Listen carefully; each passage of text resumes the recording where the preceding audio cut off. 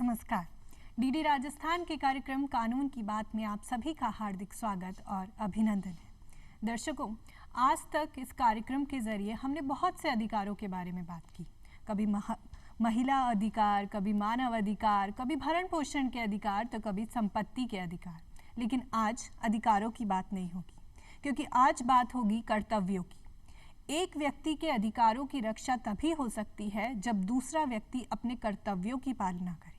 इसीलिए हमारी आज की चर्चा का विषय है नागरिकों के मौलिक कर्तव्य। इसी संबंध में आज बहुत सी जानकारियां लेंगे हमारे साथ मौजूद हमारे बेहद खास मेहमान, हमारे एक्सपर्ट एडवोकेट अभिषेक व्यास जी से। सर, कार्यक्रम में आपका बहुत बहुत स्वागत है। नमस्कार, धन्यवाद। क्योंकि आज हम मौलिक कर्तव्यों के बारे में बातचीत करने वाले हैं। एक इंसान के तौर पर यदि हम देखें तो हर व्यक्ति के बहुत से कर्तव्य होते हैं, सामाजिक कर्तव्य, धार्मिक कर्तव्य, नैतिक कर्तव्य, पर हम बात कर रहे हैं मौलिक कर्तव्यों की। सबसे पहले हम चाहेंगे कि आप हमारे दर्शकों को बताएं कि मौलिक कर्तव्यों की अवधारणा क्या है और हमारे संविधान में इसे कब जोड़ा गया। मौलिक कर्तव्य, फंडामेंटल राइट जी। जब हमारे कॉन्स्टिट्यूशन में, संविधान में मौलिक अधिकार को जोड़ा गया जी। तब उस समय जरूरत पड़ी कि हमारे मौलिक कर्तव्य भी तय हुए, क्योंकि मौलिक अधिकार मिलते हैं तभी ही मौलिक ड्यूटीज भी उत्पन्न होती हैं, कर्तव्य भी दिए जाते हैं। जी। तो ये हमारे कॉन्स्टिट्यूशन में जोड़ा गया, इसको महसूस किया तो इसको संविधान में भाग 4 आर्टिकल 51A के तहत जोड़ा गया। ये जोड़ा गया 1976 के अंदर। जी। सरदार स्वर्ण सिंह समिति द्वारा इस मौलिक कर्तव्य को जोड़ने की सिफारिश की गई थी। 42वें संशोधन द्वारा इसको जोड़ा गया था। जी सर, हम देखते हैं कि जो हमारे मौलिक अधिकारों का कॉन्सेप्ट है वो तो जब हमारे संविधान को लागू किया गया तभी से आ चुका है, लेकिन मौलिक कर्तव्यों को बाद में जोड़ा गया। इसके पीछे कुछ तो कारण रहे होंगे और सोचा गया होगा कि हाँ, हमें जो अधिकार लोगों को देने चाहिए वो हमने दे दिए हैं, लेकिन सिर्फ अधिकार देना पर्याप्त नहीं है, ये भी तो ज़रूरी है कि लोगों की, नागरिकों की भी कुछ ड्यूटीज़ हो। तो इसके कारण क्या रहे, क्यों इसे जोड़ा गया? इसे इसलिए जोड़ा गया क्योंकि अधिकार के साथ, जैसे उनको जन्मजात कोई अधिकार मिलते हैं तो उसके लिए उनको कर्तव्य भी निभाने चाहिए। जी। फॉर एग्जाम्पल, इसके लिए मैं आपको समझाता हूँ। आज जैसे किसी पर्सन को अपने इनहेरेंट परिवार में संपत्ति का अधिकार मिलता है, तो उस संपत्ति को संभालने का भी अधिकार होना चाहिए, उसको कैसे आपको आगे बढ़ाना है। तो इसलिए हमें उस समय रिक्वायरमेंट रही कि हमें इन कर्तव्यों को जोड़ा जाए। तो उस समय जोड़ा गया, आवश्यकताओं के अनुसार चेंजेस किए गए और इस तरह वो अपनी इस परंपरा को निभा सके, इन कर्तव्यों को निभा सके, ड्यूटीज़ को प्रॉपर वे में निभा सके, इसलिए इन चीज़ों को जोड़ा गया। स्टार्टिंग में जब इसको जोड़ा गया था, जब 10 कर्तव्य जोड़े गए थे 42वें संशोधन के द्वारा, लेकिन 82 कॉन्स्टिट्यूशन का अमेंडमेंट करके 2002 के अंदर एक कर्तव्य और जोड़ा गया, जिससे टोटल 11 कर्तव्य जुड़ गए। जी सर, हमने देखा कि टोटल 11 कर्तव्य अब हो चुके हैं। हम जानते हैं कि जो समाज है, जो वक्त है, वो परिवर्तनशील होता है। एक चीज़ जो थी पहले वो आज नहीं है और जो आज है वो कल नहीं होगा। हमको एक इंसान की प्रवृत्ति में भी कई तरीके के परिवर्तन आते हैं। तो अब ये जो मौलिक कर्तव्य हमारे जोड़े गए, आपसे ये जानेंगे कि कौन कौन से ये कर्तव्य हैं जिनका पालन हर नागरिक को करना ही चाहिए। जी, इसमें 11 मौलिक कर्तव्य हैं, 11 ड्यूटीज़ बताई गई हैं। उसके अंदर है, फर्स्ट ड्यूटीज़ आती है राष्ट्रीय गान। जी। उसका राष्ट्रीय गान का आपको आदर करना है, आपके जो नेशनल फ्लैग है उसका आदर करना है आपको।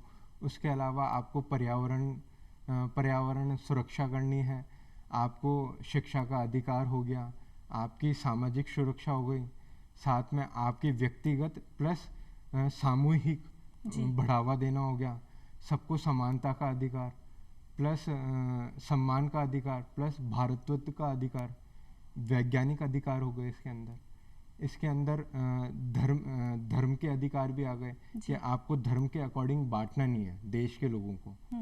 तो इस तरह से ये 11 फंडामेंटल राइट्स इसके अंदर जोड़े गए हैं। जी सर, क्योंकि ये कर्तव्यों को जोड़ा गया है, तो यदि हम भारत के संविधान के बारे में बात करते हैं तो हम देखते हैं कि ये सबसे बड़ा विश्व का लिखित संविधान है और ये ऐसे ही नहीं बना। 2 साल 11 महीने 18 दिन का इसमें जो समय लगा, उसके पीछे कारण ये थे कि हमने सिर्फ हमारे ही देश की चीज़ों को नहीं देखा, हमने भारत के जो बाहर के देश हैं, जो हमारी विदेश हैं, उनके बारे में भी पढ़ा, उनमें क्या क्या अच्छी चीज़ें हैं उनको हमने हमारे संविधान में लाया।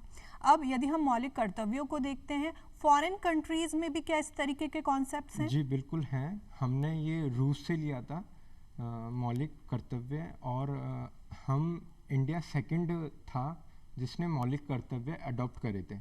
इससे पहले जापान ने अडॉप्ट कर रखे हैं जी, उसके बाद सेकंड हमने हैं, इसके बाद साउथ अफ्रीका ने भी ले रखा है। ऐसे काफ़ी फॉरेन कंट्रीज़ हैं जिन्होंने ये फंडामेंटल ड्यूटीज़ खुद के कॉन्स्टिट्यूशन में ऐड कर रखे हैं। अच्छा, और हम देखते हैं कि हमारे संविधान में जो दिए गए हैं ये कर्तव्य, उसमें पहला कर्तव्य ये है कि हमें संविधान का पालन करना चाहिए, राष्ट्रध्वज का, राष्ट्रगान का, इनका आदर करना चाहिए। ये सब कितना ज़रूरी है? ये 100% ज़रूरी है, क्योंकि जो देश आपको पहचान दे रहा है, जी, उस देश के आपको राष्ट्रध्वज का, उसके राष्ट्रगान का, उसका आपको आदर करना चाहिए। आप किसी भी धर्म से बिलोंग करते हैं, लेकिन आपका धर्म सर्वोपरि नहीं है, आपका देश सर्वोपरि है। सबसे पहले आपको, जिसने आपको पहचान दी है, उस देश में आपको, वहाँ पे आपको सिर उठाने का अधिकार मिल रहा है, वहाँ पे आपको काम करने का अधिकार मिल रहा है। तो हमें इन सब का आदर करते हुए, अपने धर्म या विशेष चीज़ों को अलग रखते हुए, हमें अपने धर्म, इनके साथ इन सब का आदर करना चाहिए। राष्ट्रगान के साथ अपने, ये एक केस लॉ से भी आया था, इसके अंदर केस लॉ है Shanta Tagore versus union of India. इसके अंदर डिस्क्राइब कर रखा है कि हमें हमारी जो पुरातत्व चीज़ें हैं, जो पहले से हैं, उनका भी संरक्षण करना चाहिए। राज्य के साथ साथ नागरिकों को भी दे रखा है। प्लस इसमें ये भी बता रखा है इस केस लॉ के अंदर कि आपको इन राष्ट्रध्वज का भी पालन करना है, साथ में जो राष्ट्रगान है उसका भी पालन करना है। आपने देखा होगा आजकल सिनेमा हॉल्स में, पिक्चर हॉल में कि इनका प्रसारण किया जाता है जी। वो यही चीज़ है, उसके अंदर उनको बताने के लिए, पब्लिक को जागरूक करने के लिए और उनके लिए देशभक्ति के लिए कि आप देखिए इनका भी आपको पालन करना है, ये आपकी ड्यूटीज़ है जी। जैसे आपको राइट्स मिल रहे हैं तो आपकी ड्यूटीज़ भी हैं, आपको भी ये निभा के चलना है। और अभिषेक जी, आपने कहा कि देश की एकता, अखंडता की रक्षा करना भी हर नागरिक का कर्तव्य है। हम देखते हैं कि हमारे देश की एकता की, अखंडता की, सुरक्षा की अगर बात होती है तो सीमा पर खड़े जो जवान हैं वो इसीलिए खड़े हैं ताकि हम अपने घरों में सुरक्षित रह सकें। एक होती है वो देशभक्ति, जिसमें वो जो सैनिक होता है उसके जीवन का कुछ पता नहीं होता है कि जो क्षण चल रहे हैं वो आगे भी चलेंगे या नहीं, लेकिन फिर भी उनका जज्बा इस तरीके का होता है कि उनसे यदि पूछा जाए कि आप इतना महान काम इतनी आसानी से कैसे कर लेते हैं, तो उनका जवाब हमेशा यही होता है कि हमारा मानना यही है कि वतन पर फना होने के लिए इजाज़त नहीं ली जाती, ये देश के लिए मोहब्बत है जनाब, पूछ कर नहीं की जाती। अब ये तो उनका रोल हो गया, हमारा रोल क्या है? हमारा रोल भी सेम एक सैनिक की तरह ही होना चाहिए। जैसे वो बॉर्डर पे खड़े हैं, हम भी हमारे देश के अंदर हैं, वो बॉर्डर पे हमारी रक्षा कर रहे हैं, जब भी हम अपने आप को सुरक्षित पा रहे हैं। सेम उसी तरह जो भी नागरिक है जिस अपने देश में जिस भी राज्य का, उसको वो जो भी काम कर रहा है उसको तन मन धन से उस काम को बिल्कुल सटीक तरीके से, सटीक वे में करना चाहिए ताकि वो अपने स्वार्थ के कारण दूसरों को हानि ना पहुंचा सके।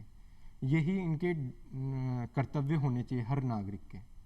और अखंडता, संप्रभुता की आपने बात करी, अखंडता को भी 42वें संशोधन द्वारा 1976 में ही जोड़ा गया था। अखंडता में भी कि आप अखंड बने रहें और एकता बनाए रखें सब नागरिकों का। एक भारत देश अकेला ही है जिसमें इतने तरह के स्टेट्स हैं और अलग अलग जाति के लोग रह रहे हैं और इतनी शांति से रह रहे हैं। जी बिल्कुल। और एक और हमारा मौलिक कर्तव्य है कि हमें स्त्रियों का सम्मान करना चाहिए, उनकी रक्षा करनी चाहिए, उनका आदर करना चाहिए, क्योंकि हम भारत के लोग हैं और हमें ये पता होना चाहिए कि भारत वो देश है जो अपने इंफ्रास्ट्रक्चर के लिए नहीं, अपनी मिसाइल्स के लिए नहीं, अपने मूल्यों के लिए, अपनी परंपराओं के लिए जाना जाता है। और स्त्रियों के लिए तो हमारे देश में कहा भी जाता है कि यत्र नार्यस्तु पूज्यन्ते रमन्ते तत्र देवता, लेकिन कहना पर्याप्त नहीं है, हमें करना क्या है ये आपसे जानेंगे। नहीं, ये बिल्कुल आपने सही बताया। शास्त्रों में जो बताया गया है कि यत्र नार्यन्ते पूज्यन्ते तत्र देवता, ये बिल्कुल सही है। जहाँ नारियों का सम्मान है वहीं देवता निवास करते हैं। बिल्कुल। तो ये बिल्कुल होना चाहिए। एक नारी ही है जिससे है ना सृष्टि चल रही है, देश का निर्माण हो रहा है। अब हमारे स्वामी विवेकानंद जी हुए, आज ये नारियाँ नहीं होती तो स्वामी विवेकानंद जी कैसे होते हैं? बिल्कुल। निर्माण नहीं होता। ये महापुरुष थे, इन्होंने आज आके हमें कई इतने लक्ष्य बताए, लोगों को जागरूक करा।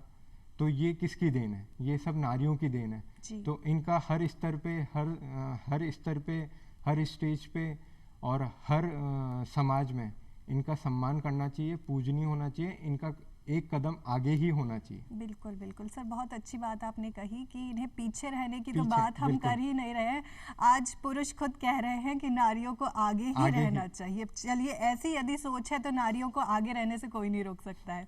सर, प्राकृतिक पर्यावरण की भी बात होती है कि इतने अच्छे तरीके से हमारे मौलिक कर्तव्यों को लिखा गया है, बनाया गया है कि किसी भी चीज़ को इसके अंदर छोड़ा नहीं गया है कि जो हमारे पर्यावरण है उसका भी इसके अंदर ध्यान रखा गया है। पर्यावरण की रक्षा के लिए हर नागरिक को क्या करना चाहिए? पर्यावरण के लिए हर नागरिक को अपने ये एक, जैसे वो ये देखते हैं कि हमें आज घर में रहते हैं, मॉर्निंग में होते ही उनको दिनचर्या चालू कर देते हैं, वैसे ही एक नागरिक का कर्तव्य होना चाहिए कि हमें, जैसे वो परिवार के साथ दिनचर्या चालू करते हैं, वैसे ही उनको भी एक पेड़ पौधे जो भी वो अपने विकसित करते हैं घर में या घर के बाहर, गार्डन में या कहीं पे भी वो जहाँ पूजा स्थल पे जाते हैं, तो उसको भी वैसे ही सींचना चाहिए। जब आप सींचोगे किसी पेड़ को या पर्यावरण को, तभी वो आपको फल देगा। अगर आप इस पर्यावरण का ध्यान नहीं रखेंगे तो आप आज ग्लोबल वार्मिंग जो देख रहे हैं, आज करंट में अपन जो सिनारियो देख रहे हैं, आज फरवरी मंथ के अंदर अप्रैल मई जैसा टेम्परेचर हो रखा है, ये किस वजह से है? क्योंकि आज जो सिनारियो देखा जा रहा है सराउंडिंग में, आज ये हो रहे हैं आर्टिफिशियल पहाड़ बनाए जा रहे हैं, आर्टिफिशियल डेवलपमेंट हो रहे हैं। तो जो नेचर के साथ है वो खिलवाड़ नहीं होना चाहिए। जो पर्यावरण है वो प्रोटेक्ट होना चाहिए। उस जगह आपको कोई भी आपको निर्माण नहीं करना चाहिए, वो जैसा है उसी स्टेज में छोड़ा जाना चाहिए। तो इसके लिए फंडामेंटल राइट्स में भी तय किया गया था, इसके अंदर 9th पॉइंट था पर्यावरण को लेकर। इसमें कई वाद भी आ चुके हैं, केस के अंदर कई केस आ चुके हैं, जिसमें एक सबसे फेमस केस है MC Mehta versus union of India 1988 का। इसके अंदर डिस्क्राइब किया गया है कि स्कूल्स कॉलेज में पर्यावरण एक विषय होना चाहिए और उस विषय पे आपको शिक्षा देनी चाहिए बच्चों को। आपने भी देखा होगा, मैंने भी देखा है, मैंने भी स्कूल टाइम में एक पर्यावरण सब्जेक्ट था हमारे, वो हमें पढ़ाया जाता था। साथ में ये कंपलसरी कर रखा है इन ए वीक एटलीस्ट 1 या 2 क्लासेज इस पर्टिकुलर सब्जेक्ट की होनी चाहिए। क्योंकि आज की सिनारियो में अगर पर्यावरण के आप जागरूक नहीं होंगे तो हम डिस्ट्रॉय करते जाएंगे हमारी प्रकृति को, और फिर हम आर्टिफिशियल जीवन जिएंगे। और आर्टिफिशियल जीवन में एक समय ऐसा आ जाएगा कि हम अगर नेचुरल पर्यावरण ख़त्म कर देंगे तो हमें ऑक्सीजन सिलेंडर साथ में कैरी करने पड़ेंगे, जो आज काफ़ी हाइट्स पे यही देखा जाता है। आज हिमालय में या कहीं पे भी आप ज़्यादा हाइट्स पे जाते हैं, आपको साथ कैरी करने पड़ते हैं। तो सेम अपन को भी इस धरती पे साथ में लेके अपन को कैरी करने पड़ेंगे। जी, मतलब आज इंसान ये चाहता है कि हम सब कुछ कर दें, हम ये कर दें, वो कर दें। वो आज भगवान बनने की कोशिश करता है, क्योंकि उसे इंस्पायर किया जाता है कि असंभव कुछ भी नहीं है, आप कोशिश कीजिए, ये कर सकते हैं, वो कर सकते हैं। पर उसे ये ध्यान रखना चाहिए कि सब प्रकृति है। देख लीजिए, आप डिजास्टर जो भी हो रहे हैं, आपने नेचर के साथ आप कुछ भी करेंगे खिलवाड़, तो आपको इंस्टेंट वो रिप्लाई देगा। हमने कोरोना का पीरियड फेस करा है। इसके अंदर क्या है, हमने एक जो नेचुरल चीज़ थी उससे बियॉन्ड जाके हम कुछ डेवलप कर रहे हैं या रिसर्च कर रहे हैं।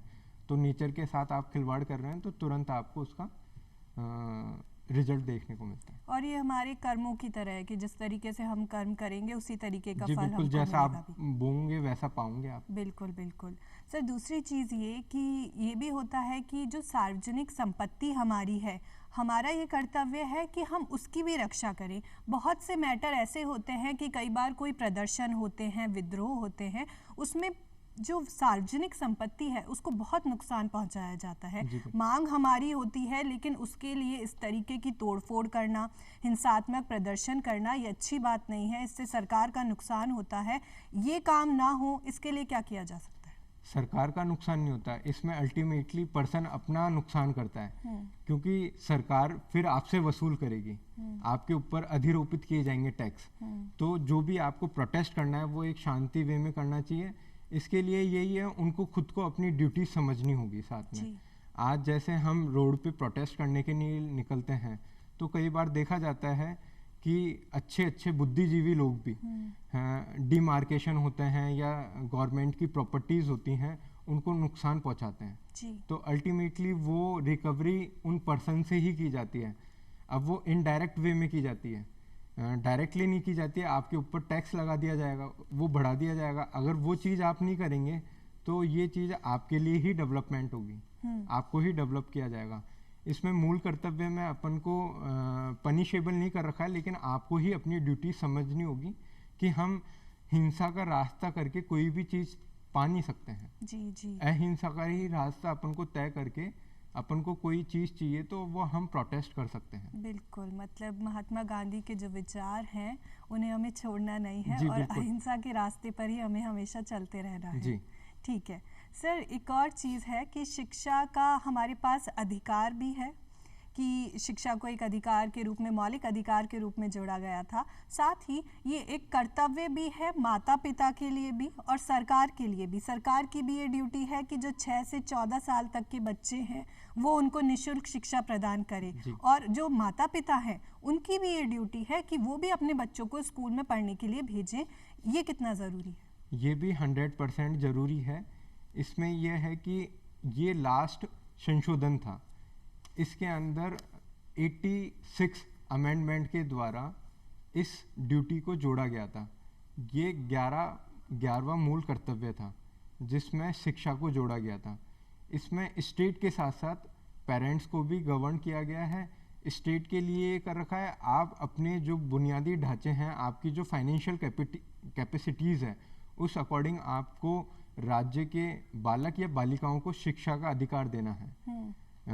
जैसे पहले देख सकते थे अपने राजस्थान में 8th क्लास तक के बच्चों को सरकारी स्कूल में शिक्षा निःशुल्क थी। अब ये 12th क्लास तक हो गई, नाउ ग्रेजुएट तक भी हो गई है। गवर्नमेंट की तरफ से कोई फीस नहीं ली जाती है। गवर्नमेंट ने इसको अपग्रेड करा, इसमें आगे बढ़े, तो इन्होंने गवर्नमेंट ने इसमें राइट टू एजुकेशन एक्ट लाके प्राइवेट स्कूलों को भी गवर्न कर लिया है इस मौलिक कर्तव्य के अंदर। इसमें अब प्राइवेट अच्छी स्कूलों में हर बच्चे की, हर माँ बाप की ये होती है कि हमारे बच्चे अच्छी स्कूल्स में जाएं। तो राइट टू एजुकेशन एक्ट के तहत जो लास्ट मौलिक कर्तव्यों में अमेंड करके जोड़ा गया था 2002 के अंदर 11वां संशोधन, वो इसी के तहत जोड़ा गया था। और सर, हमारा जो संविधान है इसकी प्रस्तावना में भी कहा गया है कि हम भारत के लोग भारत को ये बनाना चाहते हैं, मतलब स्वतंत्र बनाना चाहते हैं, संप्रभुता की बात होती है, एकता अखंडता की बात होती है। तो उसके लिए ये ज़रूरी है कि हमको, हर नागरिक को बहुत से अधिकार मिले। स्वतंत्रता का अधिकार इसीलिए हमारे संविधान में दिया गया है, धार्मिक स्वतंत्रता का, वाक अभिव्यक्ति का। इसके बारे में भी आपसे थोड़ा जानना चाहेंगे कि हर नागरिक को कौन कौन से ये अधिकार दिए गए हैं। नागरिकों को स्वतंत्रता का अधिकार है, बोलने का अधिकार है, अपने भाव व्यक्त करने का अधिकार है, लेकिन इसके साथ इनको ये भी देखना चाहिए कि धर्म के नाम पर ये बांटे नहीं, जातियों को नहीं बांटे, देश को नहीं बांटे, देश में जो रह रहे हैं उन लोगों को नहीं बांटे, समाज को नहीं बांटे। क्योंकि फ्रीडम जो मिल रखा है वो एक भारत देश अकेला है, उसमें ही मिल रखा है ये फ्रीडम। अन्य देशों में इतना फ्रीडम नहीं है। लेकिन ये लोग, यहाँ के लोग ये समझते नहीं है, ये देखते हैं हम पैनलाइज नहीं होंगे, लेकिन इनको कई एक्ट के थ्रू भी पैनलाइज किया गया है। आईपीसी के अंदर अगर आप धर्म के नाम पर देश के लोगों को बांटते हो, या आप धर्म जातिवाद के नाम से बांटते हो, तो आईपीसी के अंदर 153 सेक्शन है, 153A, इसके अंदर आप पैनलाइज भी हो सकते हैं।